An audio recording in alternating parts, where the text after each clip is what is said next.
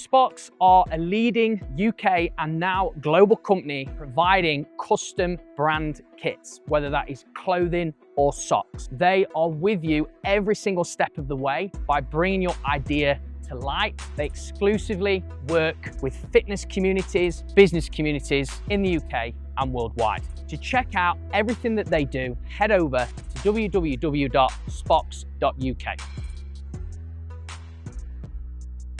What if it's not about mistakes or positive or negative? What is it? What if I trust that it was all in my service, like all working for me? We get to choose our perspective. Someone listening could go, but we get to choose, and our perspective shapes our experience. So why not choose a perspective that works for us?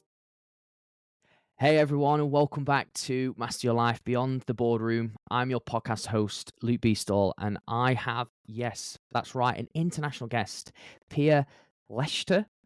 Have I got that right? Close enough. Close enough. Take it. Oh, she'll take it. Thank you so much. It's hard, honestly. If you see a name, you'd be like, how do I pronounce that? But she is half American, half Canadian. She travels from all over. She's lived in London. She's now currently in Copenhagen, Denmark. She's a creative partner. Now, we're going to delve deep into her life. She's a best-selling author. She has been a creative director. She is a creative coach. Let's put it this way. She has been part of many different roles, but something that really stands out to her in her life right now is being a creative partner. Now, we were just talking beforehand, obviously, just as a bit of a pre-intro chat.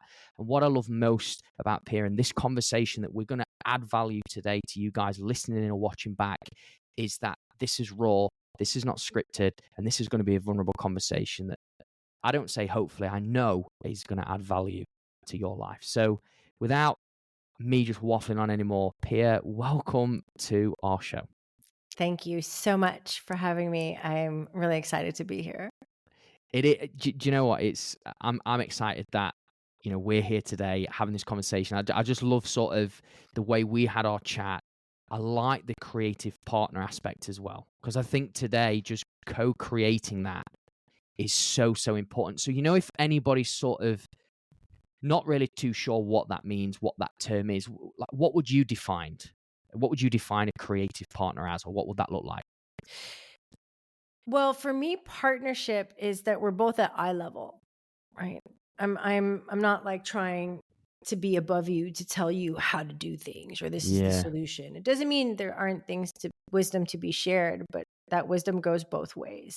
And it's really partnership to me is like you have some skin in the game and you're actually committed to getting in the trenches and rolling up your sleeves and you really give a shit. Like I actually care about the human that I'm working with and what it is that they really are desire to create and make real in their world, whether it's a business, a brand, a creative venture, art, whatever that might look like, or the next version of themselves that they need to be in order to create that thing. Right. So it runs the gamut.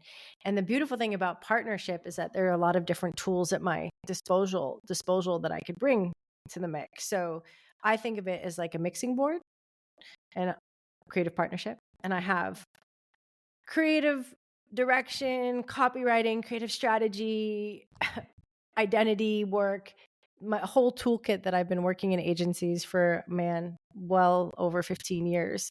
Working as a creative director and copywriter, as well as coaching. I'm also a certified coach. So then I have like these dials and I get to turn them up or down depending on where people are on their journey and what they're looking to create and what's needed. And so every creative journey, every creative partnership is tailored. And I have different tools at my disposal to use and to bring forth to help birth their next big creative venture, whatever that might be. So I'm like a creative midwife, Okay. Yeah, I like this. Obviously, I'm very sort of open to that, invested into what you're just saying there. The creative midwife aspect, where did that stem from? Well, I just like it because it's like I'm the person that you might partner with when you have either an idea for what you want to create. Maybe you're at what I call a sticky juncture. So you're at a pivot point. What used to work for you, what you might have been very successful at previously, isn't really doing it for you anymore. And it could feel really scary to let that go, to have sort of an extinction moment, if you will, and to move into what's next. Not only what's next in terms of what you might create, but of who you might become. And oftentimes that's not very clear. And one might feel stuck. You can feel also excited, but also like stuck. Like, I have no idea how to move from where I am to where I want to be. And some people might have a vision, or they might even have an outline of what it might be. And some people just have a feeling. So that's what I meant about the turning it up or down. So it Yes. depends, and like what is needed. And the midwife part is helping bring that into the world. Yeah. I get that point. Obviously, yeah. With those of the baby side of things, bring it into that. That's great. So you're kind of shining the light on it. I think that's a sort of a good terminology. That's unique to you, though. Is that your creation on that, or have you heard that before? Or No, I picked it up and then I floated it around and used it. And I play with it a little bit on my website, but I stick to creative partner because people actually got confused and thought that maybe I sure. was bringing babies into the world, even though I said creative midwife. And then actually some men said it felt exclusionary in the sense, do you only work Understand. with women? Okay. And I'm like, no, men can give birth to any creative idea, but I get it. So partnership just felt more, inclusive and apt. But I do think metaphorically, when I say creative midwife, it makes sense for people. Like, it's like, oh, it's Yeah. when I'm at that point, when I'm at some point in this pregnancy, maybe I just got pregnant. I don't know. Like, I'm at some Yeah. point and I'm getting ready for something new. And I need partnership in order to do that. Yeah, I like that. And I think obviously, partnerships, working with great people, obviously everybody has sort of their maybe expertise, maybe have something that they're really great at that maybe you're not so great at, and you sort of bounce off each other. When are you at your most creative? When do you feel like really creative? Oh, that's a good question. I don't really think of it like that. Like, I don't really Okay. think of like, when am I most creative? I feel like every day is a creation. Like, listen, we're all creating from the moment we wake up to the minute our head hits the pillow.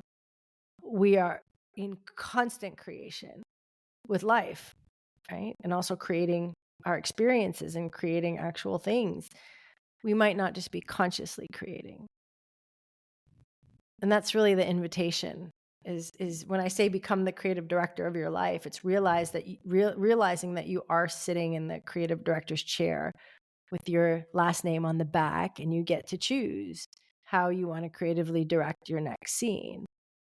And there's a level of consciousness in that, like, oh yeah, I am creating this. I'm creating the mood. I have the soundtrack on. I'm creating the costume design.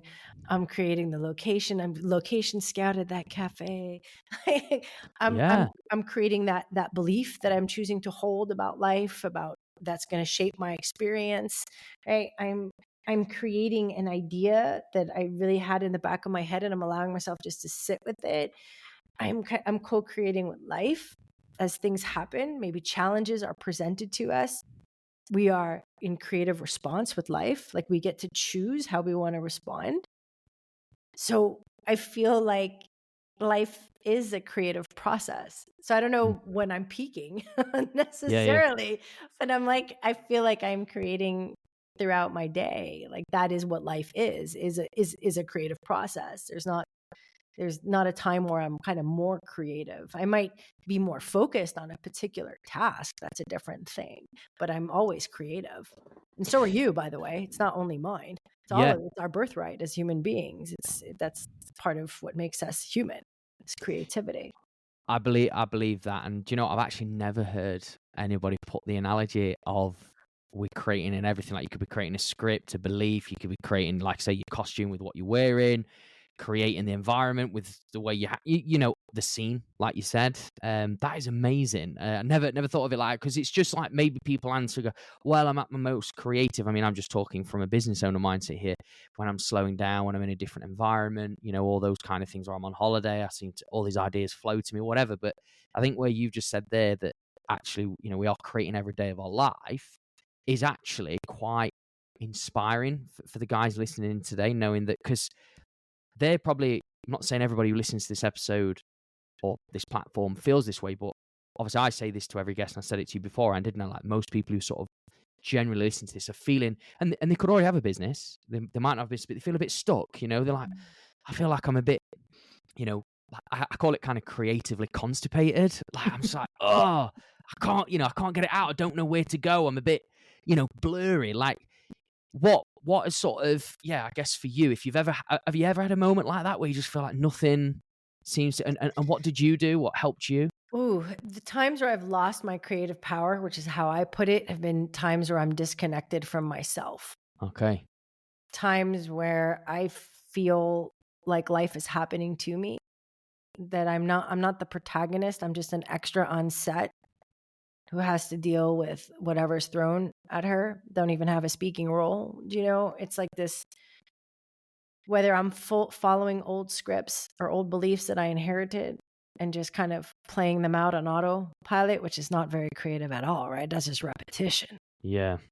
Or if I found myself in, like, when I got divorced, that was I felt very lost. I was very disconnected from myself. I was disconnected from my creativity, and therefore also my power, because our creativity is also our power. And I believe it's also from source, right?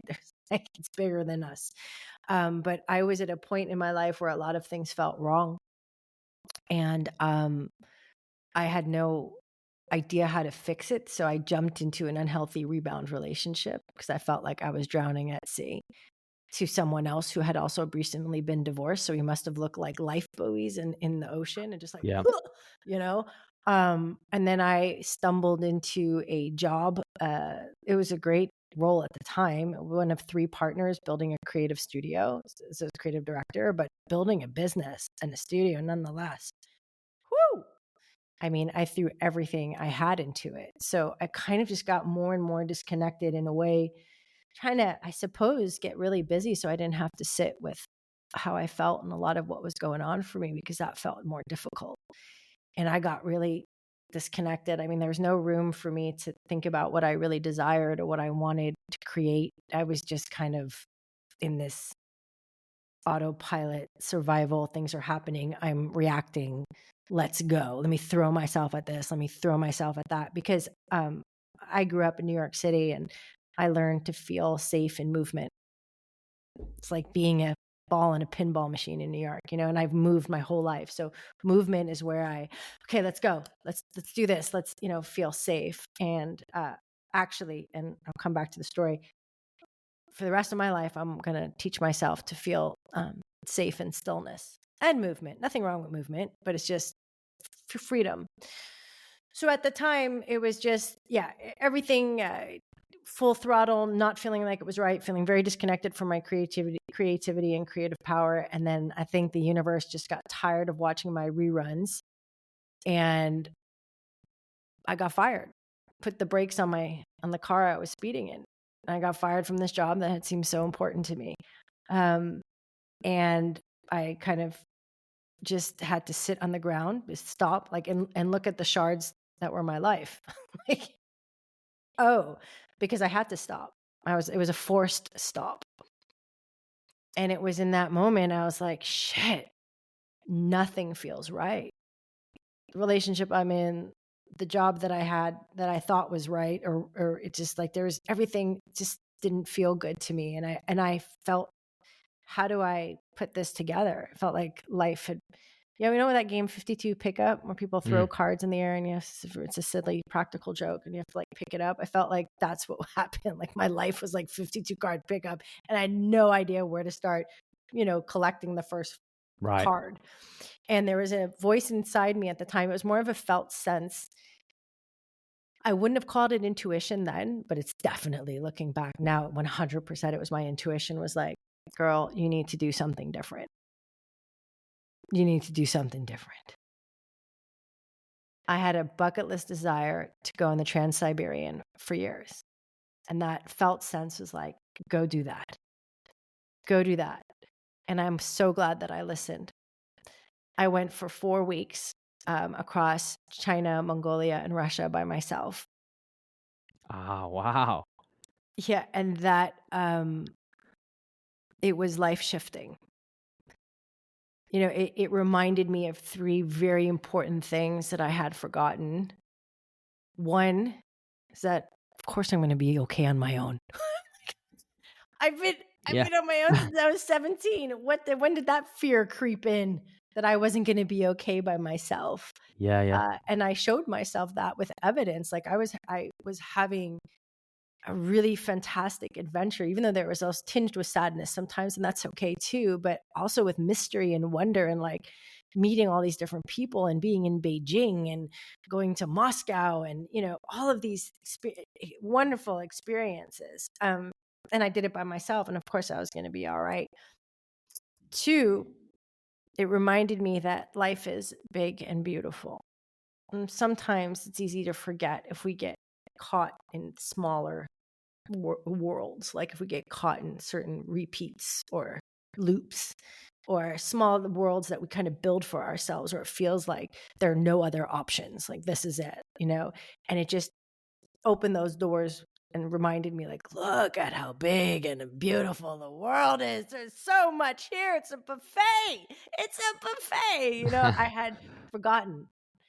And thirdly, the life shifting reminder, or even like more insight that changed the course of my life, was sitting back on a train, hurtling through Siberia, looking around me, the smell of BO and like sauerkraut in the air, you know, Wow. Great mix. right? Staring at a Russian guy in front of me wearing a wife beater and hugging a bottle of vodka while punching the steel door. Don't ask why. I don't know. And I looked around at the Siberian landscape, and I just kind of sat back and went, hey, wait a minute. I created this. I brought myself here. Like, I created this scene. I location scouted, right? Like, I'm writing the script that I trust life, that I can do this, even though I don't have my work visa was attached to my job and anything. No, I trust it's going to be okay, that I need this. Like, I'm the main character energy, the sights, the smells. Like, I created this entire scene. Hey, wait a minute. I'm not only a creative director at work, I'm the creative director of my life. Like, I get to creatively direct this. Yeah. And that felt so powerful because I really did feel like an extra on set before that. So that revelation or that epiphany in that moment felt like, whoa, of course I am. And it was just in life, just like it happens in trains, you know, when there are like 2 tracks and like suddenly the tracks change and a train Yeah. goes in a different direction. That's what had started to happen in that moment and from that trip. So good. So I mean, there's a lot to unpack here, to be honest. But I love that, and do you know what? I know already. People listening are going to relate to this. You know, would you? I mean, you can completely be transparent here. Would you say it was like a midlife crisis in a way for you, or not so much? I That didn't feel like a midlife crisis. No, I don't think it felt like that. It felt like a crisis. Yeah. It- Yeah. I don't know if it was, well, maybe, I guess. I'm not sure. It's flown around a lot in England, right? So a lot of people would just, say in their 30s or something like that. Maybe they, like say they're made redundant, but obviously in your case you got fired, and then maybe they're having a bit of a tough time in a relationship, and they know that they don't want to go back into where they was, so they sort Mhm. of then they put. I'm not saying this happened to you, but they put on a bit of weight, they have a bit of drink, they sort of feel a bit sorry, play the victim mode for a bit, and they call that like the midlife crisis. So, but Yeah, it's just thrown around a lot. it's funny because I've had several crises, but Yeah, they range in size. That was a big one because it led me to my greatest liberation and reconnected me back to my creativity to get back there. Like, I started writing again on that train no because way. I was reconnecting to Right, myself. right. And we are the source of creativity. Like, even though there's source, it also comes through us, right? Yeah, Like, yeah. so reconnecting and meeting ourselves again is so imperative when it comes to wanting to create whatever it might be in our lives. It's not going to come from somewhere else. It comes from us. Yeah, it does, and I think just the way that you said about those voices. Obviously, you got fired. You knew that the relationship wasn't right. Was that voice ever present before you got fired? Was there any sign, or did it only really come clearer and louder when that got stripped away from you? I think I had a felt sense that I wasn't in the right place, but I was too scared to leave. Okay, you I said think about you I said think that's fear the on your truth, yeah you yeah know, no that's good. that I felt it. And I actually, luckily, when I got divorced, I also stumbled into because this a therapist, wonderful therapist office, and I luckily had I had many different partners, through this, and so that there was a process that was ongoing underneath the surface as well. Um, Even though I felt very lost, I did have some anchors, and I did have help, and that to this day, I see her. She is great. It's, partnership is so important to me because it could take many, many different forms. It could take the form of a coach. It could take a form of a therapist, a good friend. It could take many different, a great conversation. Partnership looks like what we're doing right now. Yeah, And it can really be life shifting. definitely. I mean, the fact that you've shared that as well, obviously, you required a little bit of help. I guess that trip was completely shifted your life. You reconnected your identity. I think that's brilliant. What do you think, or where do you think this fear came from, Pia, when it was being on your own again? Oh, that's such a good question. Well, I think when I got divorced, like I was kind of saying no to, I wasn't sure if I could have kids and I wasn't sure if I wanted them. Okay. I was stuck in between these two places. And at the time, my husband, who was a wonderful human being, I knew that was his number one priority. And I think there was a lot of fear about not being able to provide that and not being sure if that's a life I wanted, but not being, I don't know if the word is conscious enough or aware enough to be, or mature enough to be able to really talk about it. I didn't even know how to talk about that within myself, let alone someone else. And it kind of felt like by getting that divorce, I was saying goodbye to partnership or saying goodbye to a path that everyone said was the way to go, right? Like you get married, then you're going to have the kids, and then you have the job, and then you do the thing. And I think I just felt unmoored.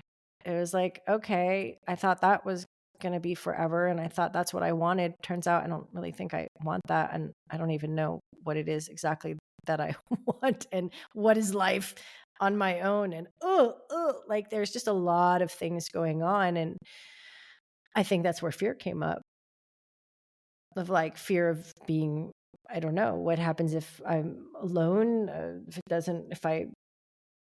have I lost the chance to maybe have a family if I wanted one? And I do have a family, by the way, just not in the same way.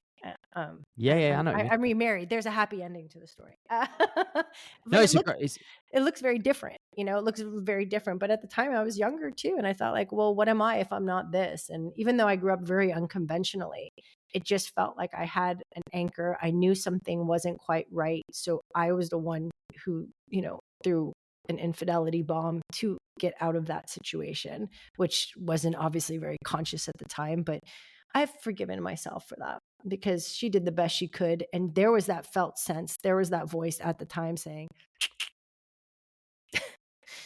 this is not for you. But I didn't have the tools available to be able to confront that in a more evolved way, and that's how that went. And I was just very confused.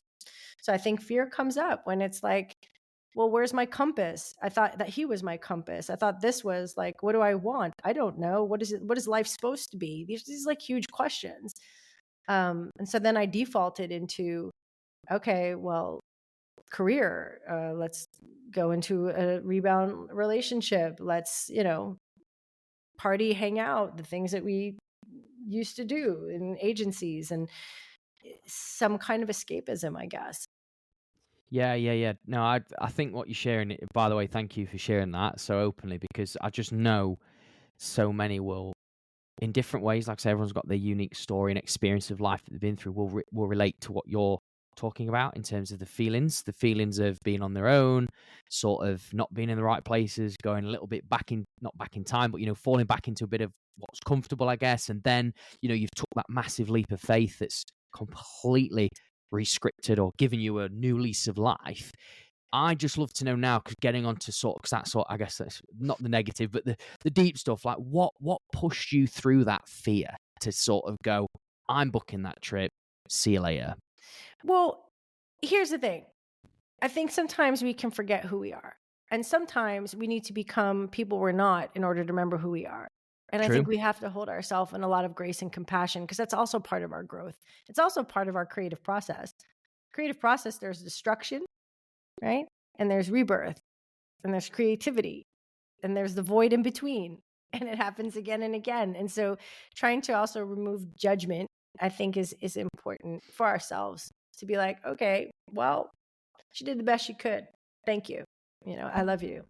That's that. And it doesn't mean we don't take responsibility. Sure, we do that too. We can do both of those things. So what saw me through, which I actually recommend to my clients too, is to remember the badass that you are and all the challenges you overcame in your life. Yeah.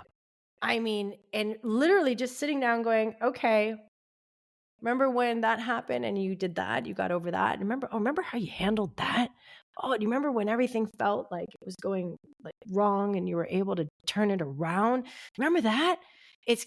We can easily forget ourselves and forget all of the past versions of ourselves that brought us here. And it's a remembering that there's evidence of how badass and strong and creative and whole you are. You just need to look back at your life.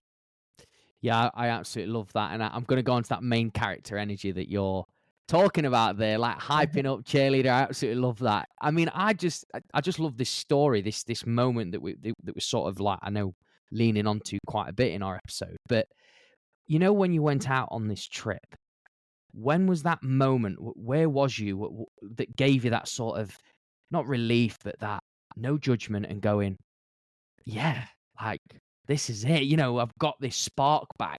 I'm connecting with my identity. And when was that? Okay, so before I left, meticulous as I am, I'm like, I'm going to have this backpack and I'm going to pack everything I need, because I was going to go hiking. I was going to do all these things. And so I rolled my clothes like little tortillas, and I put them in plastic bags that were labeled. Like, it was all planned, and because it's a big trip and it's a long time and it's like big countries, different climates, all of it. So I get to Beijing, I land, and I'm waiting for my bag to come around the carousel. And I'm waiting, and I'm waiting, and I'm waiting. And half an hour later, there's no bag. So I have to admit to myself, my bag's not coming. It didn't arrive, right? And so I go into the office of Air China, and I'm like, do you know when my bag arrives? And the man just looks up from his, like, it looked like one of those 90s beige computers, and says, like, what flight were you on? And I tell him the flight. It's like, oh no, that was a connecting flight. I will have to give me your email and address, and we'll send you the bag whenever it arrives. Like, I'm going on the Trans-Siberian.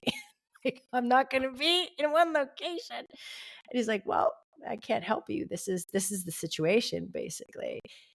And so I had it sent back to Copenhagen, because I didn't know where I would be. So there's no place to send a bag in a week and 3 days, because I'm moving around.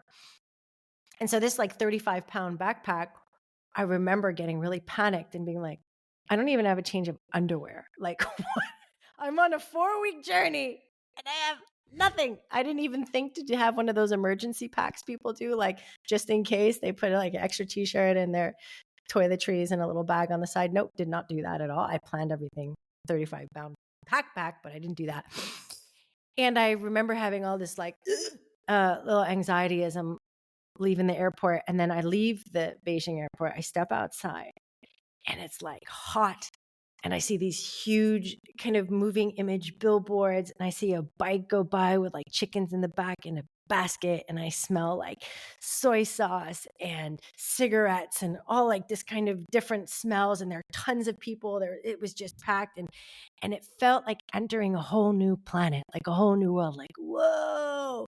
And immediately in that moment, my energy shifted, and I was reminded of what a fucking adventure. Like I'm going to figure it out, and I don't have to carry 35 pounds with me for 4 weeks. I'm going to go to Zara. I bought a little pair of shorts. I'm going to go to Minisu, it's called. And it's like, anyway, it doesn't matter. It's like a Muji, but a less expensive one. And you get like underwear and toothpaste and stuff. And so Okay. I got that. I had my Air Max, pair of black jeans, one pair of shorts, a couple of t-shirts, underwear, toothbrush. I actually was using a lip balm as my face cream. I was like, God. I'm just gonna do it, and it felt even more like an adventure, and it was also it almost felt like the universe was helping me out. Like, you got this. Like, look, I'm gonna take away everything. You don't need all of this. You don't need all of this. It's gonna weigh you down. You don't need it. You're gonna be fine. Go. And it was in that moment, stepping out of the airport, even without nothing with me, that everything shifted. Interestingly enough. Yeah, I was going to say, I mean, I think any person in that moment, that getting stripped away, panic, like, whoa, what's going on? How do you deal with that? But, like I say, I think it's very clear as well, just what I'm sort of taking away from hearing you share this stuff as well, Pia, and just inspiration to the audience is, no matter how challenging or maybe drowning you're feeling in a certain situation, that you can laugh at it now and look back, but you found a way, like, Yeah. and the way was that, like I say, that route, that, like, when you talk about the trains, and the tracks change, that it turned out to be amazing. That we sort of, like, if we talk about even just where people are in their life, like, we don't want the linear life, maybe they go for this place, that place, like you were talking about, relationship, marriage, kids, that obviously didn't go your way. You've done things so differently and reconnect with your identity. And again, it's so relatable. But I think just how that experience had given that back to you. Totally. And it's interesting, what came up for me just as you said that was a self-insight. I don't think that conventional route was ever mine. Right. I think I was going against the grain of what I was meant to do or who I really am. I've never lived a conventional life. There's nothing wrong with that. It's not a judgment. It was just not mine. And in a way, I think ever since I was a kid, because I came from, my dad's an abstract painter. I grew up on the Lower East Side of Manhattan.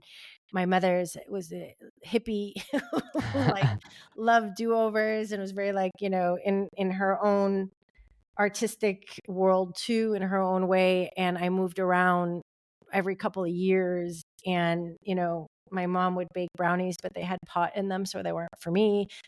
Yeah. And when I was a kid, I just pined for like this, like normal. I wanted my name to be Jennifer. Because Pia is such a Oh yeah. unusual name in the States. And I just pined for this after school special version of life that I kind of saw on TV and was like fed, that was quote unquote like normal. It was supposed to be the good life. And I don't know, maybe that rupture in my life was also a way of whether it's intuition, universe, purpose, whatever, saying like, this is not your path. It might be some other people's path, but it's not for you. And fighting that led me to a lot more friction and pain than actually just seeing it. But that's cool. It's part of the creative process, like seeing it and being like, hey, maybe that's not for me. But hindsight's wonderful, right? I can look back and kind of see some of that. And I'm really, really glad that I can embrace all those experiences, even the mistakes that I've made, because when we learn to love who we are, even learn to like who we are, like, look at me, I'm pretty, this is cool. Like wherever you are, then we must embrace all of the different versions of ourselves that brought us here. Yeah, I think that's absolutely, I mean, just what you said there about embracing every version of yourself is so key, because when you've spoken about the failures, the mistakes, the adversity, the friction that you'd gone through in life, being able to, I guess it's a bit of acceptance, that is part of life. Obviously, I know if you talk about the conventional route, people want the comfort, they sort of know that what's coming in, how life's sort of planning out. But like I say, life can sort of get in the way and throw you out of balance, throw you out of who you are. You might have to be, like I say, a different version of yourself. Mm. But I want to ask you this question because I want to go into, I'm going to do like sort of like positive stance first rather than the negative. But in your life so far, what would you sort of say, Pia, has been your most fulfilling success Sure. with what you do? I just want to challenge what you just said, if that's okay. Yeah, yeah. What if, right, the positive and the negative all serves me? Yeah, yeah. So what if there is no negative, like, or positive? No. Like, Well, what if yeah, it's yeah. like all in service of? And I know you didn't mean it like that, but I'm No, just no, no, playing. no. I'm just No, no, like, no. I you like it. know, I like it. Yeah, it's yeah. just like, what if it's all in service? And to me, that also speaks to trust, which is I know what it's like to move with fear, whether consciously or subconsciously. Like I've moved with fear a lot in my life.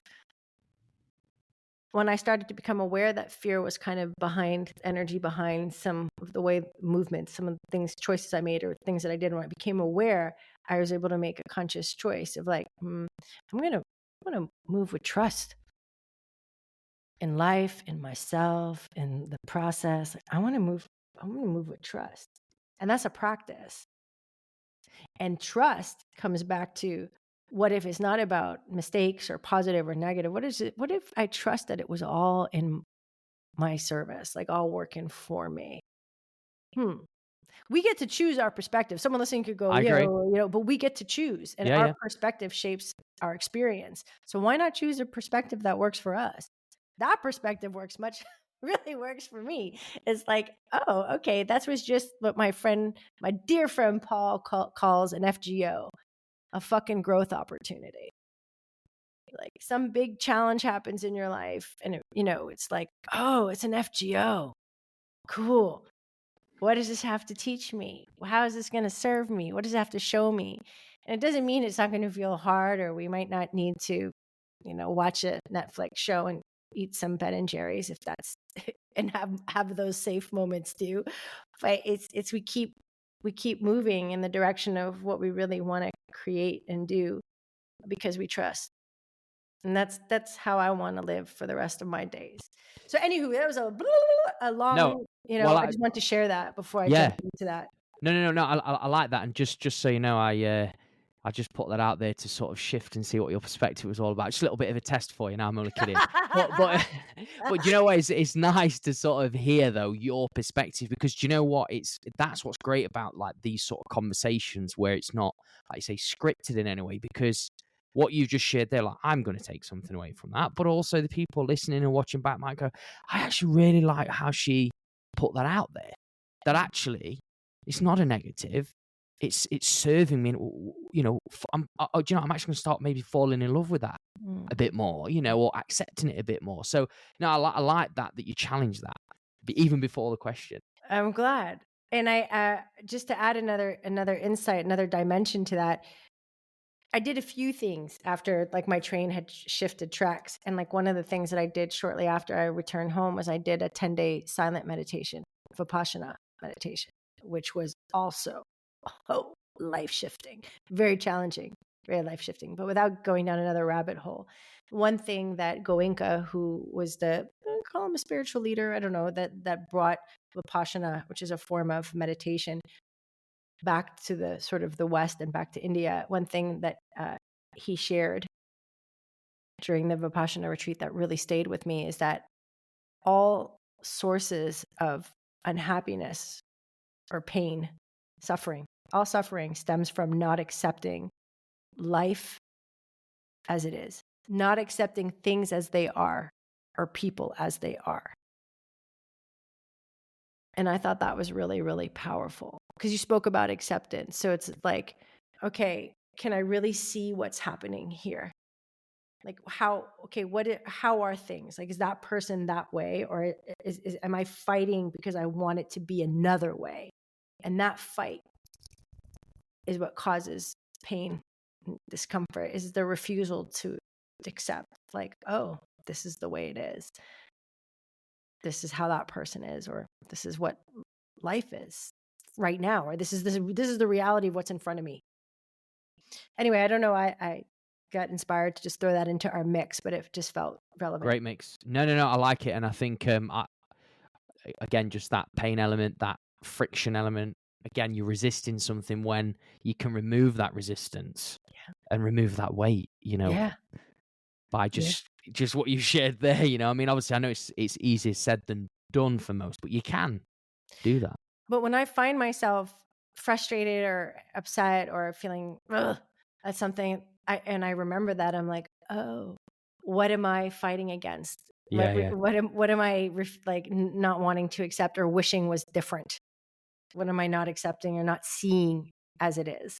And it's actually quite helpful because I look back on my life and hey, that actually holds very true for me. I'm resisting what is. I want it to be other. And we can't change what we don't accept. We have to accept it first to change it. Because if you don't accept it, how can you change it? You can accept like, oh, this situation is like this. This is how it is. I can see it. Okay. What do I want to do with it? Then we get to choose and then we get to change. But we need to accept it first. And acceptance also requires being able to see it for what it is, whatever it is. It's a tough pill to swallow, I think, for quite a lot of people. But I do agree with what you're saying. I do like that. Hey, but our freedom lives on the other side of that. Yeah. It's freedom. And everybody wants freedom. But we do. Yeah, they Actually, do. I found that's a core human value that we all share. Agreed. Freedom, the Yeah, desire. everyone's, yeah. Everybody, I can't think of, every human I've met, it's a core value of being free. I think it's part of what makes us human is this desire for freedom. Yeah, it is. It is. If you ask in just general conversation, freedom. Would you want, people? Yeah, 100%. But I And think then getting clear on what that means. Yeah. For you, like it's going to mean different things for different people. Just like success. Like you asked me, what was the most fulfilling success? Like, okay, well, that's going to look different depending on how you define it. Success. And so I always get curious, like, okay, well, what does success mean to you? Yeah. Oh, well, when I get that job, okay, well, what's important about that? Oh, well, then I'll have security or then I'll be able to do X, Y, or Z. But could you do X, Y, or Z right now? Well, yeah, but I want to wait until I have more of a it's like, so it's like really getting curious about ourselves, but more in a like, hey, let's like get curious together and see what's really the desire behind this stated success. What's the feeling you're after? And then how can you create that feeling now? Because if you don't create it now, you're not going to create it later. That's a tough pill to swallow because we're raised on later. When I do this, then I will. But really, if we don't learn how to do that now, create it now, how do we expect to know how to do it later? Yeah, it is. It is. I think the curiosity of what you've just said is important for a lot of people. Like, get more curious. Yeah, because everybody's definition of success, definition of freedom is very different. So, if there's somebody sort of, I mean, I'm throwing this one on you now, obviously with what you do and stuff. If somebody was like, yeah, but I do want, like, I want success, like now, not a later thing. It is a now thing for me. How could, just as an example, obviously I know everyone's different, but how could somebody start to create, say, success in the moment now? Well, first, it is about getting curious about what success is. We have to define it. Yeah. Right. So it's like, what feels like success? What does success feel like? One answer could be, it feels like when I own my days. Yeah. Okay. Well, how might you own a piece of your day today? What might that look like now? Oh, maybe I wake up at 6:30 instead of 7:30 and I have like that hour where it's like me time. Like I don't know what it could be. Okay, great. So then you've created that, right? You get to create that. And so it's in the small as well as the micro as well as the macro, right? And it's already starting to create that feeling, like that feeling of, because it's the feeling we're after. And getting clear on what that feeling is, like, oh, it's a feeling of acceptance, a feeling of freedom. It's a feeling of whatever. What is the feeling you're after? I want to feel free, like I own my days. Okay, how could you start to create that now? Yeah. I think people are scared of success. So what I mean by that is that I know people sort of want the success, but they fear it. What do you think people fear about success? I just think it's like when they get there, they don't know what's next. It's like for me, I feared success because it's like, well, what's next? I've got to this milestone. I've got here. This is what I would define as success for me right now, like wherever I am. Obviously, you grow into a different person. Your identity shifts. It's like, then what?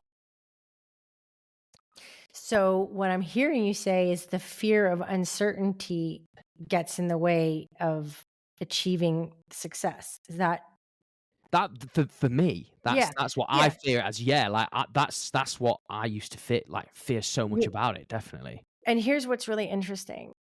I believe that our capacity to be in uncertainty is what fuels and allows our creativity. Like it's closely connected to our creativity. Because when you're about to create something when you're creating something, it's going to be new. I mean, you've never done it before, because if you've done it before, then it's not very creative. Like, you know what I mean? Yeah, Like, it's like, you don't know what it's going to be. You're just about to create it, right? It could be anything. That could be both exciting and thrilling, or really frightening. Fuck. What if it's not? Then the fear starts, right? Like, what if it's not good? What if people judge it? What if it's, oh, maybe I shouldn't create it at all, right? So if we can build our capacity, it's like going to the gym, the uncertainty gym, to like be in uncertainty. I believe our creativity opens up and life opens up, because life is uncertain. That's just that. Life is uncertain. We create scaffolding to create the illusion of certainty. And I get that. I did that too. I had that when I was married, right? I felt like scaffolding and the job, and it must. But the truth of the matter is, anything can happen at any point in time. The reality is that we all have a hidden expiration date. Yep. And our number could be called at absolutely any moment. And we have no idea when. And actually, we don't really know what happens after we perish. I mean, we have theories and we can have beliefs, and it's a lot of uncertainty. It's a lot of uncertainty to be a human on this spinning rock going at 1,000 miles per hour in one of 200 billion galaxies. And so I get the desire to want to create this feeling of security in that mix, right? But again, creativity and freedom live on the other side of live in the realm of uncertainty and our capacity to be in it. Because when we're in uncertainty, anything is possible. Everything is possible. And if we can stay in the thrill of that, and a little bit of healthy, like a little bit of fear, because it could be anything, like what might it be? And the curiosity and the joy and the thrill of not knowing, like being in the mystery, anything might be created from that space. And I think that's a key that's how I want to be in relationship with life. That's why entrepreneurship to me is the gym, the uncertainty gym. Welcome to the uncertainty gym. Like you don't know. I don't know. I often don't know. No, let me say full stop. I don't know what's coming. Yeah. I know what's here. Real. Yeah. But I don't know what's coming. And I could either get paralyzed by that not knowing and that fear, or I could say, shit, check this out. I feel really alive, because anything can happen from here. Anything might happen. I don't know. All I need to do is show up to my work, show up to my creativity. Just show up. Just keep showing up. Let go a little bit. The more that I try to push and force and orchestrate, the more I get my own way. And that, to me, since January 2022 I've been pumping weights, like just, okay, I don't know. That's great. Uncertainty gym. I'm taking that. I love it. Right? I love that. You actually really don't know. Like, you don't. When you wake up that feeling when let's go. But you just don't know what's going to happen in your day. You don't know what opportunity is going to come into your Exactly. inbox, the person that's going to drop you the message. Like, you dropped me a message. I did. And here we are, right? Exactly. And imagine what life would be like if we knew. How fucking boring So and boring. not creative would that be? Like, I know what's happening next. I know, I know everything. And that's where a lot of us feel stuck, because the illusion of certainty is the siren song that can woo us into this place of comfort, because we know, right? I know what my next day looks like, even though Yeah. it's still illusion. Get fired, right? Anything Yeah. can happen. Yeah. And it can be difficult. We get kind of lulled by it, numbed by it. But there's that part of us that's really alive and kicking. It's like, hey, I want to see what might happen if I do that thing I really want to do, even if it means I'm going to be in uncertainty and I don't know. I really want to try that fucking thing, right? And so building the muscle of like, okay, I don't know, let's see.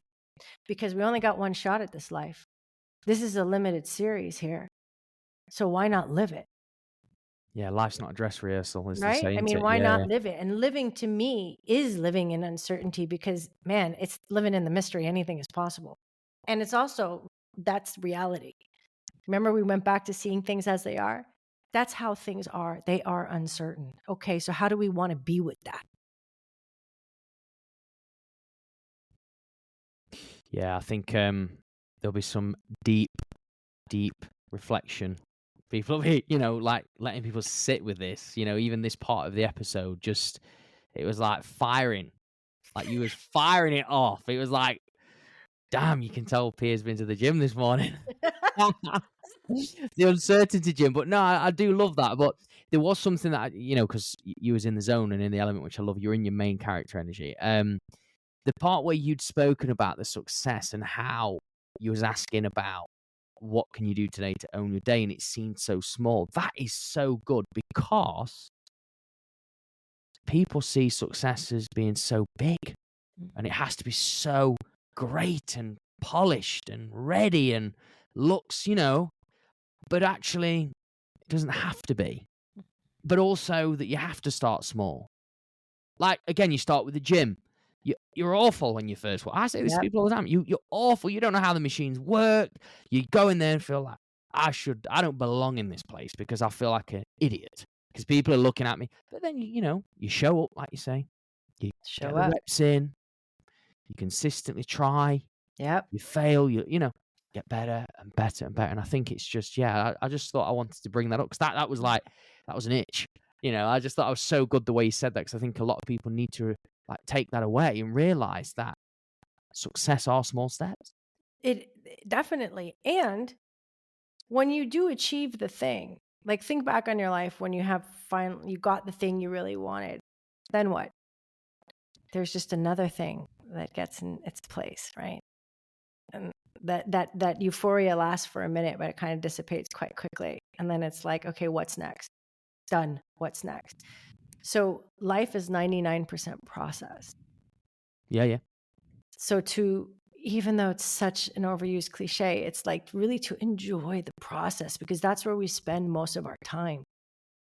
So when I wrote the book and I finally published it, I remember I call it like the postpartum depression. After you release, like you achieve something or you release it into the world, then it's like, oh, I'm still going to buy groceries and like I expected this big thing. Like I finally published the book and it's like life just continues and it can feel kind of empty. And then I remember the process of writing the book and working with my editor and who I became in the process, and the joy of also writing and also the pain of writing. It's a mixed bag, beautiful mixed bag. It's all the emotions. And then that I get a chance to offer it to the world.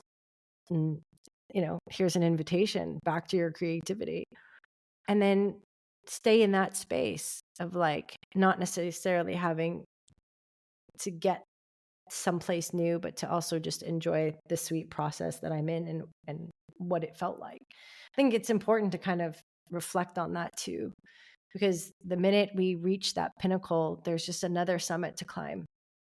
And if we don't stop to enjoy the view, I mean, we're really robbing ourselves of the joy and experience of life if we Yeah. only want to plant our flag.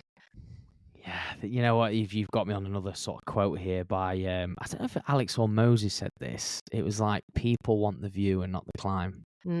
Yeah, someone Yeah, did say that. yeah, something on that. Yeah, when you just said about the flag, that was just making me relate to that. So, Definitely. but this like, I can honestly feel the wisdom sort of pouring out of you on this, which I think is really good. Well, we are sort of concluding towards the end of Can this I say one thing? Sorry, I'm going to interrupt No, you. you're right. But here's the cool part. The view is always available to you. Yes. The view is not only when you reach the summit. You can stop and like put your little blanket down and have a picnic, and like Yeah. when you're like mid mountain, or even at in the valley, and just look around you and go like, oh, look at this. It's just sweet. Like, also, I'm in the process of creating something and building something that really matters to me, and wow, and I'm learning and I'm stumbling, and man, I feel alive. And I think for me, that is the barometer from like, do I feel really alive? Am I firing on all cylinders? Is my heart beating a bit faster? Do I feel alive in this one life that I have?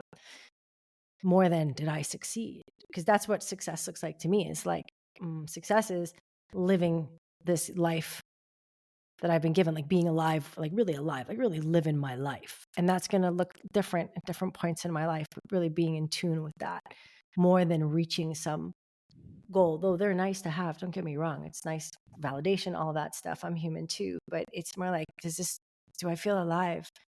And aliveness is also related to like, am I living in alignment with what matters most to me in the world? Am I connected to what drives me, my why? But it's not only the why, it's the how.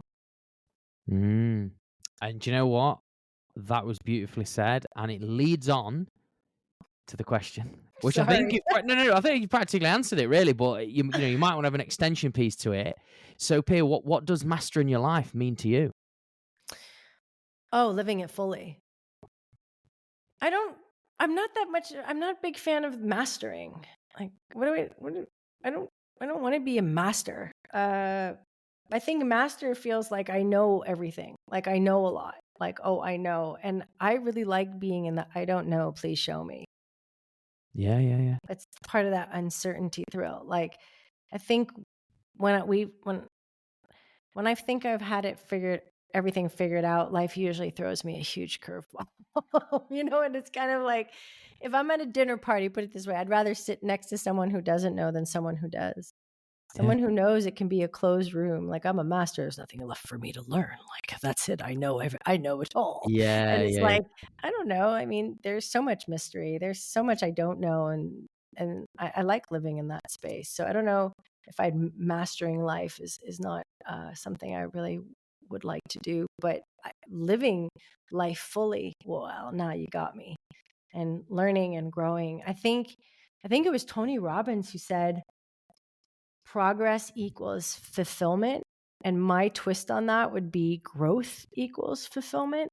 I think as human beings, like creative beings, growth, freedom, those are like stitched into our DNA, right? Like, I think everyone has this desire, like the universe is expanding and we're part of the universe, like a desire to expand, to grow. And part of growth is also knowing that there's more to learn. That's your version. I love that. I always say, like, mastering your life, you never truly master it. I think it's like a forever evolving piece. Yeah, exactly. That is literally a lot of people sort of say that. Like, yeah, you don't want to be stagnant, because as entrepreneurs, creators, we're not stagnant, and we'll say that we've done it, we've made it, we're there, we're done. So absolutely, you just saying living life fully is a great answer. It's your answer. It's what you see life as, which is brilliant. Well, look, obviously this has been more than an insightful conversation. It's gone pretty quick as well. I know. It's Fire. flew by. I know. I want to also give you this opportunity as well for people to sort of, find you, connect with you, but also your book. Tell us a brief summary of that, if anyone was to want to look at the book or maybe grab a copy or wait. Yeah, just tell us about that. Sure. Well, welcome to the Creative Club. Make life your biggest art project is I wrote it to smash the myth that creativity is reserved for the chosen few and invite everyone to access and apply their innate creativity to the design of their lives.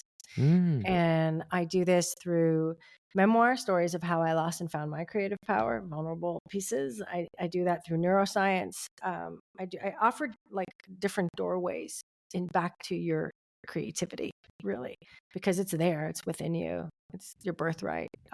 Sometimes you just get disconnected from it.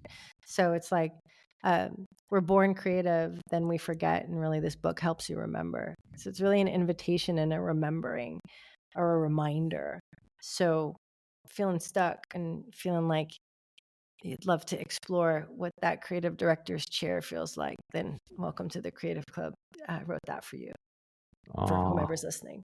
Yeah, absolutely. Well, look, is it on Amazon as well? And On Amazon, it's on bookshop.org. It's Okay. on Barnes and Noble. It's available at most retailers. Oh, Yeah. I did that. I recently narrated it as well, so it's also available on Audible and Apple. So Apple Books, yes, the audio Audible. version. Yeah. No, that's great. Well, like I say, I'll ensure that we put that in the show notes so people can take a look. Because I think it's great, sort of your life's work so far and how you're able to piece that together. Where could our audience find you? I mean, we will put your handles in there, but where's the best place for them to connect with you? Collective.studio. It's really home base. It's where you can explore the work that I do, book a chemistry call, find out more about the book, find out more about the spoken word album I just released from poems in the book, sign up for a newsletter, lots of different ways to get in touch with me there. Oh, brilliant. Well, that we'll make sure that's all in there for you so people can definitely find out more about your work. But honestly, Pia, from myself, this has been a powerful hour on a Friday, and I just want to say thank you so much for spending this time with us. Thank you so much for having me. Your energy, your openness, your curiosity just, I think, brought so many insights to the fore. So thank you for co-creating that with me. It's very powerful. Yes, brilliant stuff. Thank you again.